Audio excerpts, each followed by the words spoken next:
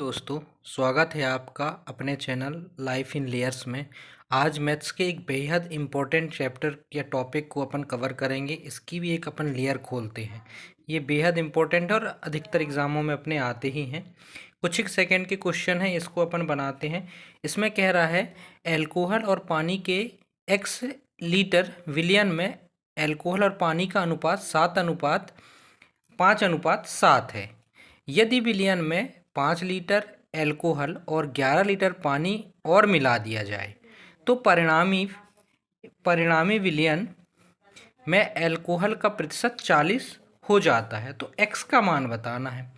Generally इस तरह के क्वेश्चनों में हमने इसको हम त्रियक विधि जैसे कहते हैं उससे करते हैं कि पहले अपना एल्कोहल और वाटर का अनुपात कितना है, 5:7 है। इसके बाद यहाँ पे जब हमने 5 लीटर एल्कोहल मिला दिया और 11 लीटर पानी मिला दिया, इसके बाद जो परिणामी मान बचा है 40% का, 40% का फ्रैक्शन वैल्यू कितनी हो जाएगी, 40/100 कर दें अगर तो 2/5, यानी कि कुल ये 5, यानी 2 एल्कोहल है तो 3 अपने पास क्या है, वाटर है। और पहले हमने क्या मिलाया है, एल्कोहल कितना मिलाया है, 5 लीटर, और अपने जो वाटर मिलाया है वो कितना मिलाया है, 11 लीटर। इसका हमें त्रियक विधि करना है। इसका कैसे त्रियक करते हैं, पहले इनका और इनका गुणा करके अंतर लिया जाता है, यानी कि 5×3 - 7×2 का अंतर जो आएगा वो क्या आएगा, 5×3 = 15 और 7×2 = 14, एक अनुपात आया। इसी तरह फिर हम इसका और इसका लेते हैं, ठीक है, यानी कि 11×2 का और 15×3 का, यानी 15×3 = 45, ये 15×3 = 45, 11×2 = 22। सॉरी एक मिस्टेक अपन ने कर दी, यहाँ 15 ले लिए हैं, एक्चुअल में ये 5 है। तो 5×3 = 15 और 11×2 = 22। इसका अंतर कितना आ गया, 7 अनुपात, यानी एक अनुपात की वैल्यू कितनी है, 7 लीटर है। हमें ये पता चल गया। इन्होंने क्या पूछा है अपन का, कुल अनुपात कितना है, या एक्स का अनुपात। एक्स का अनुपात क्या है, एल्कोहल और पानी के मिलाने के बाद जो विलयन बना उसका अनुपात।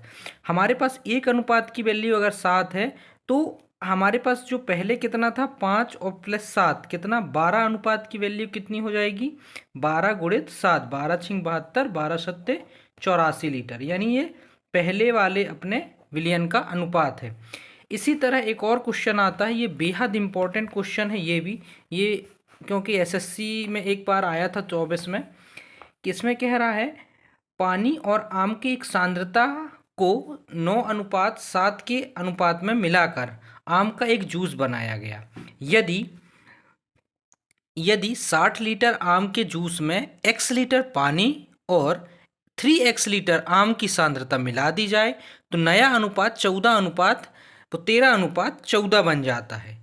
जनरली इस तरह के क्वेश्चनों में हमें क्या करना है, अब देखो यहाँ अपन को पहले अनुपात में दे दी है, बट इस वाले क्वेश्चन में अपन को यहाँ x का मान बताया गया था, परंतु यहाँ पे इन्होंने आम और पानी का रेशो दे दिया है।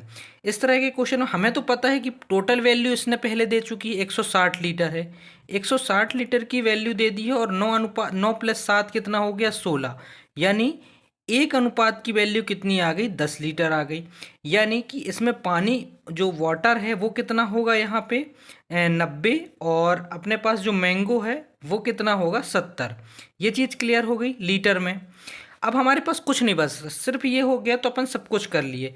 पहले अपने पास 13:14 में पहले अपने पास क्या था, आम और अपने पानी का रेशो था।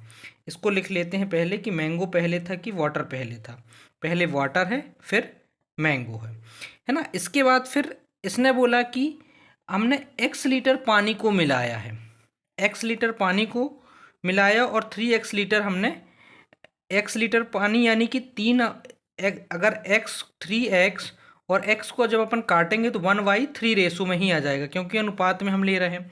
और इसमें अपने वाटर कितना है, 90 लीटर है, और 70 लीटर क्या है अपने पास, मैंगो। इसका भी त्रियक गुणा कर दो तो 13×3 = 39 और 14×1 = 14 है ना, 14×1 = 14। इसको अंतर निकाल लो और फिर इसके बाद इसका अंतर निकाल लो, 9×3 = 27 और 7×3 = 70 का, यानी ये 200 लीटर ये हो गया, और 7 दूनी 14, 7 दूनी 14, यानी कि 9 में से 4 गया 5 और 3 में से 2 गया 25।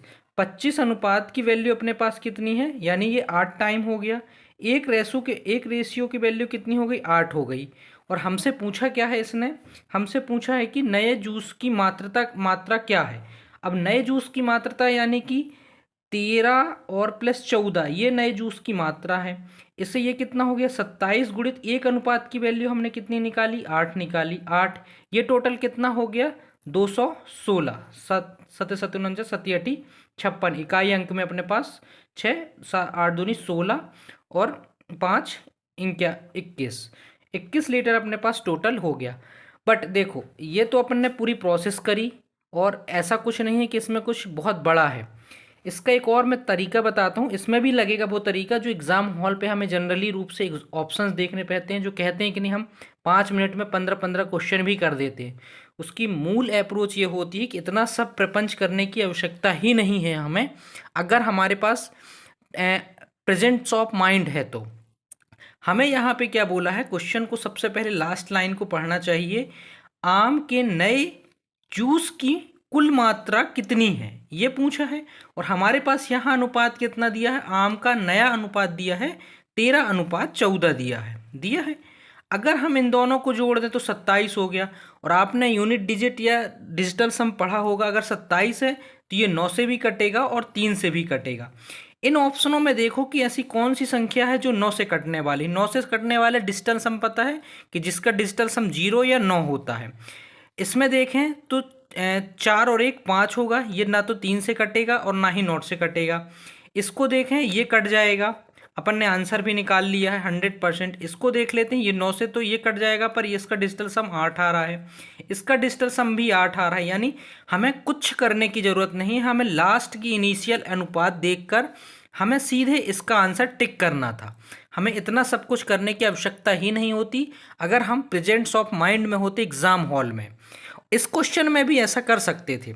इस क्वेश्चन में भी जो इनिशियल यानी फर्स्ट वाली जो वैल्यू पूछी है, तो 5 और 7 की वैल्यू कितनी होती है, 12। परंतु यहाँ एक पेच ये फंस गया कि 12 से कटने वाले सारे ऑप्शंस थे कि 12 छिंग 72, 12 सत्ते 84, 12 पंचे 60, ये सारे ऑप्शन कट रहे थे। इसलिए हमने इसको त्रियक विधि से किया, बाकी इसके लिए कोई और आवश्यकता नहीं थी। पर आपको हमेशा इस क्वेश्चन में भी सबसे पहली अप्रोच हमारी यही होनी थी कि हमें ऑप्शन पे ध्यान देकर इसको पहले करें। अगर इसमें से 2 ऑप्शन भी काट देते और अपने पास टाइम कम ही है, जैसे 5 सेकेंड 10 सेकेंड है, तो इन दोनों में से अपन ऑप्शन लेके एग्जाम में टिक कर सकते थे, जिसकी 50% चांस थे कि अपन क्लियर कर जाते इसका उत्तर। इस तरह के और भी एक क्वेश्चन और नई नई अप्रोचेस के लिए आप मेरे यूट्यूब चैनल को सब्सक्राइब करें, शेयर करें और अपने फ्रेंड को भी बताएं। और ऐसे मैं सोच रहा हूँ कि मिक्सचर का एक पूरा नया चैप्टर कंप्लीट कर देते हैं अपन इसी तरीके की ट्रिक्स से। ये लग जरूर रहा है इतना बड़ा, पर आप जब इसको समझेंगे करेंगे, मैं इसको समझाने के लिए इतना बिखरा के बताया हूँ, बाकी इतनी आवश्यकता नहीं है। सिर्फ ओनली 2 स्टेप का आंसर है, केवल आंसर यहाँ से ही आपका क्लियर हो जाएगा, आपको कहीं इतना भटकने की आवश्यकता नहीं होगी।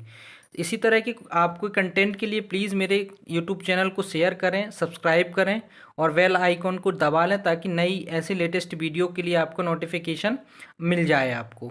Thank you so much.